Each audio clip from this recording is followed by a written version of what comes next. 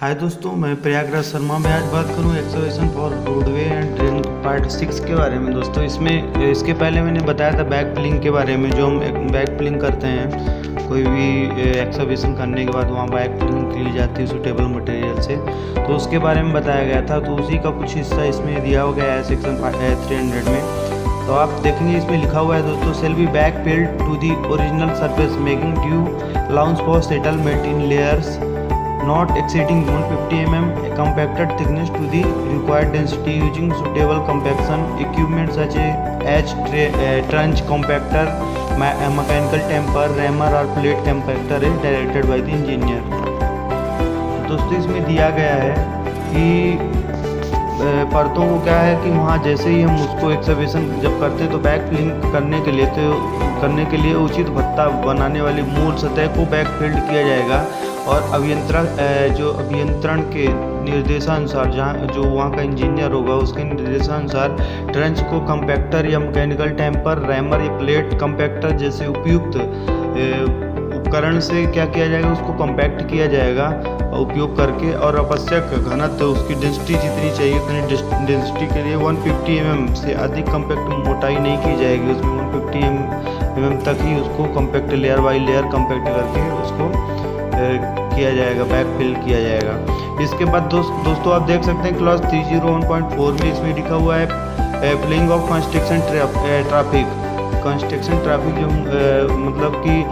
निर्माण आवागमन का अधिकार जो है, तो उसमें उसके बारे में बताया गया है कि construction traffic shall not use the cut formation and finished subgrade without the period permission of the engineer. Any damage arising out of such use shall be made good by the contractor at his own cost। तो इसमें लिखा हुआ है दोस्तों कि अभियंता की पूर्व अनुमति के बिना निर्माण ट्रैफिक या कट फॉर्म और तैयार सबग्रेड का उपयोग नहीं करेगा। मतलब कि जब तक इंजीनियर बोलेगा तब तक वो ट्रैफिक वहाँ से नहीं जाएगा जो भी निर्माण कार्य हो रहा है। और इस तरह के उपयोग से होने वाली किसी भी क्षति को ठेकेदार द्वारा अपना लागत पर दिया जाएगा। मतलब कि इसमें बोला जा रहा है कि यदि बिना परमिशन के इंजीनियर के यदि ट्रैफिक छोड़ा जाता है कोई भी कहीं भी, यदि वहाँ कट फॉर्मेशन चल रहा है कि सेपरेट बन रहा है तो उसमें छोड़ा जाता है, तो उसमें कोई भी डैमेज होता है तो कॉन्ट्रैक्टर द्वारा उसकी भरपाई की जाएगी क्षति की। इसके बाद दोस्तों लिखा हुआ है क्लॉज 301.5 में प्रिजर्वेशन ऑफ प्रॉपर्टी, संपत्ति का संरक्षण। तो इसमें दोस्तों ये बताया गया है कि जो रोड के किनारे जो भी वस्तुएं होती हैं, ऐसी जो मूलभूत वस्तुएं होती हैं, तो उनको यदि वो हमारे निर्माण को प्रभावित नहीं करते तो उसको किस तरह से बचाया जाए और उनको कैसे बचा के रखा जाएगा और अपने निर्माण को चालू रखा जाएगा, तो उसके बारे में बताया गया है दोस्तों। तो इसमें आप पढ़ सकते हैं, लिखा हुआ है कि the contractor shall undertake all reasonable precautions for the protection and preservation of any or all existing roadside trees, drains, sewers, subsurface drains, pipe conducts and any other structures under or above ground which may be affected by construction operation and which in the opinion of the engineer shall be continued in use without any change. Safety measure taken by the contractor in this respect shall be got approved from the engineer.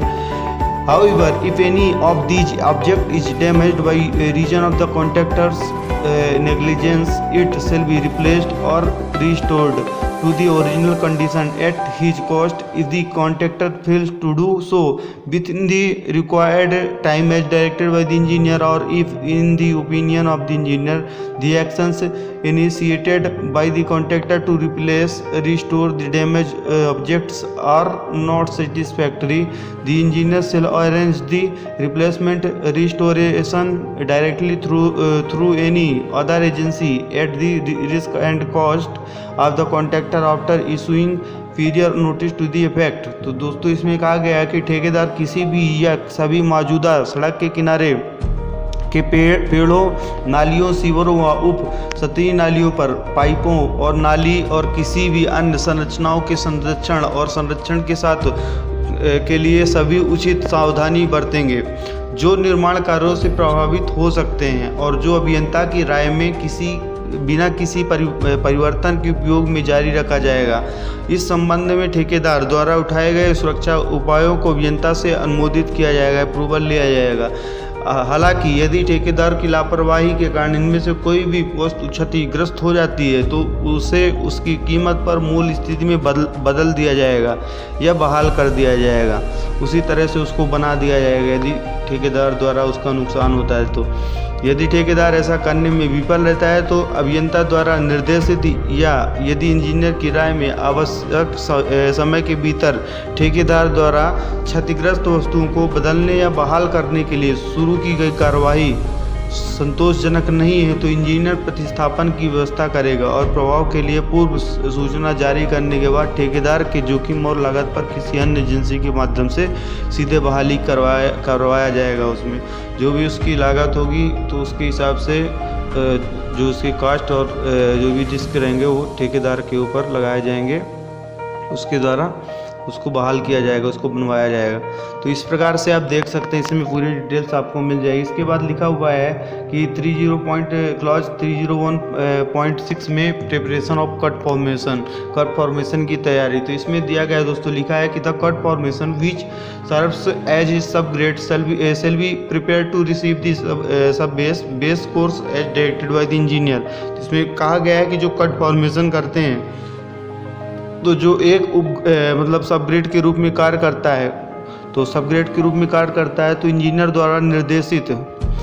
सब grade या आधार पाठ्यक्रम प्राप्त करने के लिए तैयार किया जाएगा। मतलब उसमें जो भी इंजीनियर द्वारा उसके बेस कोर्स में प्रोवाइड कराया जाएगा, सब बेस या बेस कोर्स में, वो इंजीनियर द्वारा ही उसको प्राप्त किया जाएगा और जो एक सब ग्रेड के रूप में कार्य करता है तो वो कट फॉर्मेशन के बारे में इसमें बताया गया है दोस्तों। इसके बाद इसमें दिया गया है कि where the material in the sub grade has a density less than specified in table 301 the same shall be used to a depth of 500 mm and compacted in layers according with the requirements of clause 305, adding fresh material if any required to maintain the formation level as shown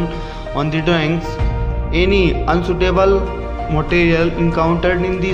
subgrade level shall be removed as directed by the engineer, replaced with suitable material and compacted in accordance with clause 305। इसमें कहा गया है दोस्तों कि जहाँ सब grade में सामग्री के बारे में, सब ग्रेड की सामग्री और उसकी डेंसिटी के बारे में कि कितनी डेंसिटी होनी चाहिए कम से कम, तो उसके बारे में टेबल 300-1 में तालिका में निर्देश है कि कम घनत्व है तो उसी को 500 mm की गहराई तक लूज किया जाएगा और क्लॉज 305 की आवश्यकता के अनुसार परतों में कम्पैक्ट किया जाएगा।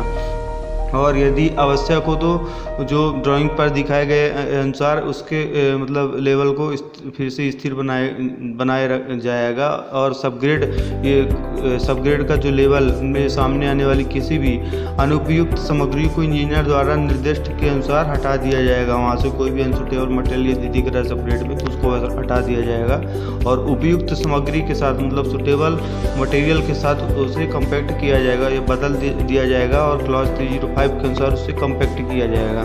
तो ये पूरी डिटेल्स इसमें लिखी हुई है। इसके बाद नीचे लिखा हुआ है कि Rocky formation the surface irregularities shall be corrected and the level